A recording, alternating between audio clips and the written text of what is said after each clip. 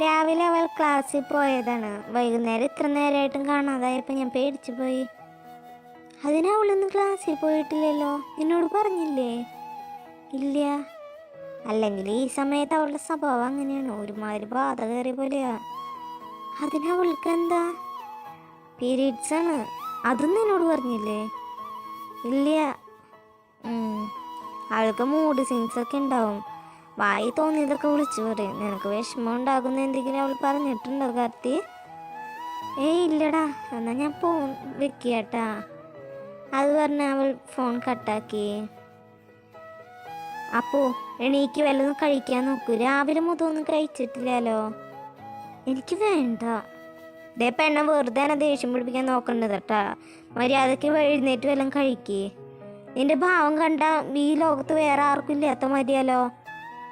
അമ്മ ഒന്ന് ശബ്ദം കുറച്ച് സംസാരിക്കുക, എനിക്ക് ചെവി കേൾക്കാം. അവൾ ചെവി പൊത്തിപ്പിടിച്ച് കണ്ണുകൾ ഇറുക്കിയടച്ചു. നിന്റെ ഇതേ പ്രായം കഴിഞ്ഞിട്ട് ഞാനും വന്നേ. നിന്റെ അതേപോലെ തന്നെയല്ല ആരോഗ്യം, എന്നിട്ട് ഞങ്ങൾക്കൊന്നും ഇല്ലാത്ത ഒരസുഖമാണല്ലോ, സ്വഭാവമാണല്ലോ നിനക്ക്. അതെങ്ങനെയാ? നിന്റെ താളത്തിന് ഞങ്ങൾ തുള്ളുന്നോണ്ടാ. ഒന്ന് നിർത്തമ്മ, അല്ലെങ്കിൽ തന്നെ ഞാൻ ദേഷ്യം വന്നിട്ട്. അവൾ ദേഷ്യത്തിൽ ബെഡിൽ എണീറ്റത് അമ്മയ്ക്ക് പിന്നിൽ നീലൻ വന്നത് അമ്മയെ അപ്പോഴാണ് അറിഞ്ഞത്. മോൻ വന്നാ ഞാൻ ചായ എടുക്കാം. വേണ്ടമ്മ, ഞാൻ ഇപ്പം തന്നെ ഇറങ്ങും. ഇത് കുറച്ച് ഫ്രൂട്ട്സ് ആണ്, ഇത് തരാനായി മാത്രം വന്നതാ. അത് പറഞ്ഞ അപ്പൂനെ ഒന്ന് നോക്കി നീലൻ തിരിച്ചു നടന്നു.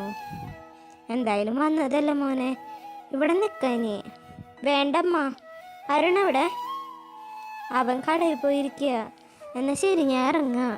നീല യാത്ര പറഞ്ഞ് മുറ്റത്തേക്ക് ഇറങ്ങിയതും ആരും കടയിൽ പോയി വന്നത് ഒരുമിച്ചാണ്.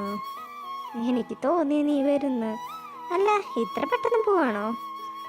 ഞാൻ വെറുതെ വന്നതാ.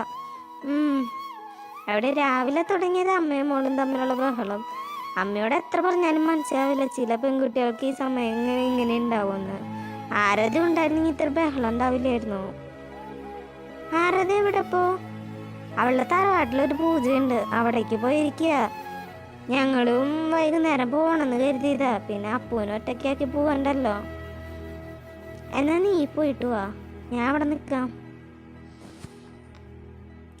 അതൊന്നും വേണ്ട, എനിക്കാണെങ്കിൽ ഒരു താല്പര്യമില്ല. അവളും അച്ഛനും പോയിട്ടുണ്ടല്ലോ, അത് മതി. അങ്ങനെയല്ലടാ, കല്യാണമൊക്കെ കഴിഞ്ഞതല്ലേ ഉള്ളൂ, നീ പോവാതിരിക്കുന്നത് ശരിയല്ല. അമ്മയും കൂട്ടി നീ ചെല്ല്. അവൻ്റെ തോളിൽ തൊട്ട് നീലം പറഞ്ഞു. നീ ഞങ്ങളോട് കാണിക്കുന്ന ഈ സ്വഭാവം കാർത്തിക്കുഞ്ഞിനോട് കാണിക്കരുത്, ഞങ്ങൾ വേഗം വരാം. അത് പറഞ്ഞ് അമ്മ ഒരു പൊട്ട് നെറ്റി വെച്ച് പുറത്തേക്ക് ഇറങ്ങിപ്പോയി. കുറച്ച് കഴിഞ്ഞ് അരുണിൻ്റെ ബൈക്ക് കടന്നു പോകുന്ന ശബ്ദം കേട്ടിരുന്നു. 10-15 മിനിറ്റ് കഴിഞ്ഞിട്ട് നീലനെ അകത്തേക്ക് കാണാതായപ്പോൾ അപ്പോ പതിയെ ബെഡിൽ നിന്ന് എണീറ്റു. പീരീഡ്സ് ആകുമ്പോൾ വലിയ വേദനകളൊന്നും ഉണ്ടാവാറില്ല, പക്ഷെ ആ സമയം തോന്നുന്ന ദേഷ്യം, വെറുപ്പ് എല്ലാം കൂടെ വല്ലാത്തൊരവസ്ഥയാണ്. എന്താ തനിക്ക് മാത്രം എങ്ങനെയെന്ന് എത്ര ആലോചിച്ചിട്ടും മനസ്സിലാവുന്നില്ല. അവൾ നടന്ന് ഉമ്മറത്തേക്ക് വന്നപ്പോൾ ഫോണിൽ നോക്കി നീല ഇരിക്കുന്നുണ്ട്. അവൻ്റെ അടുത്ത് പോകണമെന്നും വിഷമിപ്പിച്ചതിന് സോറി പറയണമെന്നൊക്കെ ഉണ്ടായിരുന്നെങ്കിലും കഴിഞ്ഞില്ല. അവൾ തിരികെ റൂമിലേക്ക് വന്ന് ബെഡ് റെസ്റ്റ് ചാരിയിരുന്നു. കുറച്ച് കഴിഞ്ഞ് കയ്യിലൊരു പ്ലേറ്റുമായി നീലൻ അവളുടെ മുന്നിൽ വെച്ചു. കഴിക്ക്. അത്രമാത്രം പറഞ്ഞ് അവൻ അടുത്തുള്ള ചെയറിൽ ഫോൺ നോക്കിയിരുന്നു. അവൾ നീലൻ കൊണ്ടുവന്ന് വെച്ച ഫ്രൂട്ട്സ് കഴിച്ചു. നീലൻ പ്ലേറ്റ് കൊണ്ടുപോയി വെച്ച് വീണ്ടും തിരികെ ചെയറിൽ വന്നിരുന്നു. അവനെ തന്നെ നോക്കി കിടന്ന് അപ്പു ഉറങ്ങിപ്പോയി. പിന്നീട് ആരും വന്ന് വിളിച്ചപ്പോഴാണ് ഉറക്കമുണർന്നത്. എണീക്കപ്പോ, എന്നിട്ട് വല്ലതും കഴിക്കേ. ഞാൻ കഴിച്ചു കേട്ടാ, ഇനിയൊന്നും വേണ്ട. നീലനവിടെ? ഞങ്ങൾ വന്നും കാർത്തി പോയി. ഞാൻ ഒരുപാട് പറഞ്ഞ നാളെ പോയാൽ മതിയെന്ന്, പക്ഷെ കേട്ടില്ല. നീ എന്തെങ്കിലും അവനോട് പറഞ്ഞോ? എന്താ പറഞ്ഞ? അത് ഓർമ്മയില്ല, പക്ഷെ അവൻ സങ്കടമായിട്ടുണ്ട്. എനിക്ക് നിന്റെ അവസ്ഥ മനസ്സിലാവും അപ്പോ. പക്ഷെ കാർത്തി അവനൊരു പാവല്ലേ, എന്തിൻ്റെ പേരിലാണെങ്കിൽ അവനെ സങ്കടപ്പെടുത്തിട്ടപ്പോ. എനിക്കറിയില്ല ഏട്ടാ, ഞാൻ എന്തെങ്ങനെയെന്ന്, എല്ലാവരും സങ്കടപ്പെടുത്തുന്നെന്ന്. ഞാൻ ദുഷ്ടയാ, അതങ്ങനെ. അങ്ങനെയൊന്നുമില്ല, ദേഷ്യമൊക്കെ ആവാം, പക്ഷേ ഒരു പരിധിയുണ്ട്.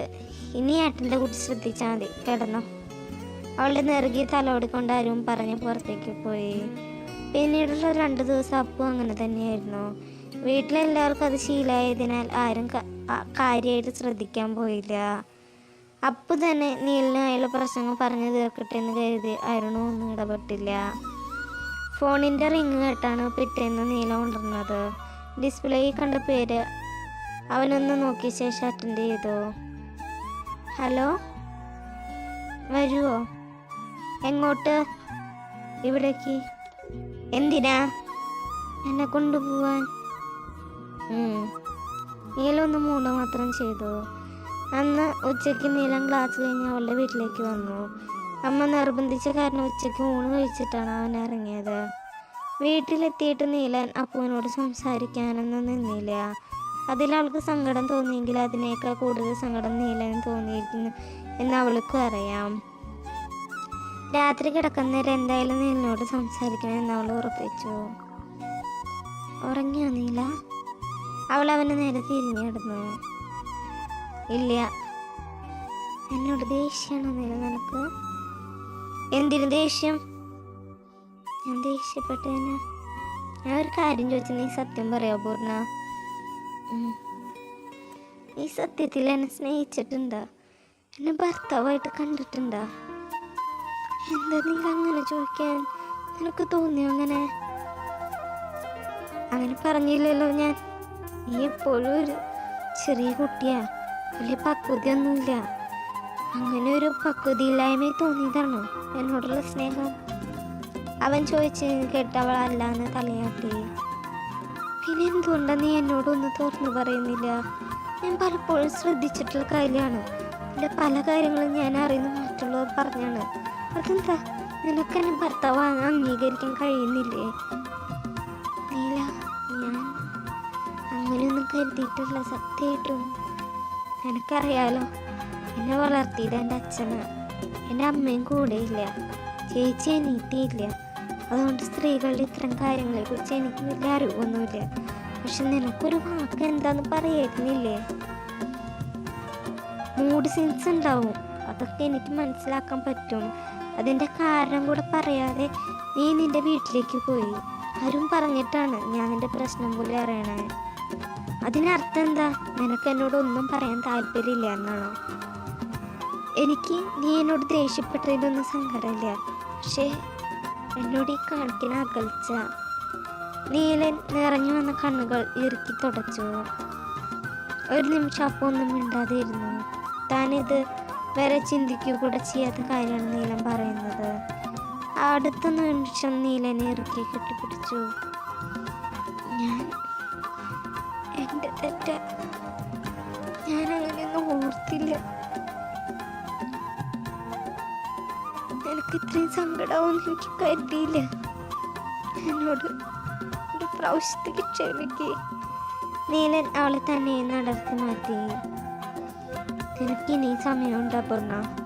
ഞാൻ നിനക്ക് പറ്റിയ ആള്. മുഴുവനാക്കും മുമ്പേ അപ്പുവിൻ്റെ ചുണ്ടിലേക്ക് തൻ്റെ ചുണ്ടുകൾ അടുപ്പിച്ചു. നീലനില്ലാതെ അപൂർണയ്ക്ക് ഒരു ജീവിതമില്ല. അത്രമാത്രം പറഞ്ഞവൾ അവൻ്റെ നെഞ്ചിലേക്ക് ചേർന്നു. സപ്പോർട്ട് ചെയ്ത എല്ലാവർക്കും നന്ദി. പുതിയൊരു വീഡിയോ ആയിട്ട് നാളെ കാണാം. അപ്പോൾ നല്ലൊരു ദിവസം നേരുന്നു. Thank you.